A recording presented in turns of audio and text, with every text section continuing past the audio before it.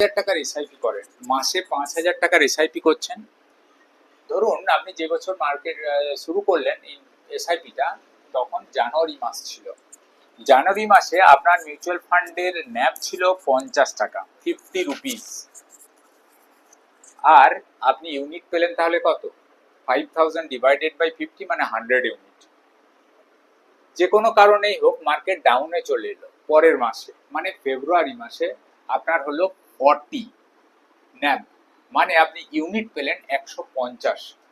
পরের মাসে মার্চ মাসে 45, মানে আপনি 111 ইউনিট পেলেন। এপ্রিল মাসে 42, মানে 119, মার্কেট নিচে আসছে। জুন মাসে 38 হয়ে গেছে, মানে আপনি 131 ইউনিট পেলেন। আগস্ট মাসে 30 হয়ে গেছে, 160 ইউনিট পেলেন। 30 হয়ে গেছে মানে বুঝতে পারছেন 15 ন্যাপ 30 হয়ে গেছে, মানে মার্কেট 40% ডাউন হয়ে গেছে, যেটা হিস্ট্রিতে খুব কমই হয়েছে, একবার হয়েছে। এবার মার্কেট গ্র্যাজুয়ালি ইমপ্রুভ করছে, উপরের দিকে যাচ্ছে। 30 থেকে 35 হলো, 40 হলো, 50 45 হলো, 50 হলো, মানে 50 দিয়ে আপনি এসআইপি শুরু করেছিলেন, এক বছর পরে আবার 50তেই। এমনি দেখাবে যে নিফটি জিরো রিটার্ন দিয়েছে, যেখানে শুরু করেছিল সেখানেই এসছে, মানে জিরো রিটার্ন দিয়েছে। কিন্তু আপনার কি হলো?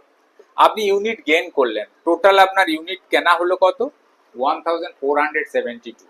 কিন্তু আপনি যদি 50তেই দাঁড়িয়ে থাকতেন তাহলে আপনার ইউনিট কেনা হতো 1200 ইউনিট। আপনি অলরেডি 272 ইউনিট বেশি কিনে ফেলেছেন, সেম অ্যামাউন্ট দিয়ে, সেম টাকা দিয়ে।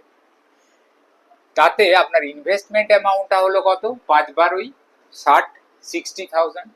আপনার ভ্যালুয়েশন আজকের তো ন্যাব হচ্ছে 50, আপনার কাছে ইউনিট আছে 1472টা, মানে আপনি মাল্টিপ্লাই করে দেখে নেবেন যে আপনার ভ্যালুয়েশনটা হলো 73,600। মানে এটা একটা ম্যাজিকের মতো কাজ করে আপনাকে রিটার্ন দিয়ে দিল 13,600 টাকা।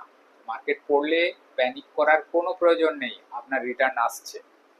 এবার অ্যাবসলিউট রিটার্ন বললে 22%, এটা কোনো ব্যাপার নয়। 22 হবে কি 24 হবে কি 12 হবে, সেটা ডিপেন্ড করবে আপনি কতদিন ধরে, এর সাথে কোনো সম্পর্ক নেই, সেটা অন্য কথা। আমি 1 বছরের হিসাবটা দেখালাম, তেমনি আপনি 2 বছর, 5 বছর, 10 বছর, যত লং টার্মে যাবেন তত আপনার এসআইপি আপনাকে বেশি রিটার্ন দেবে।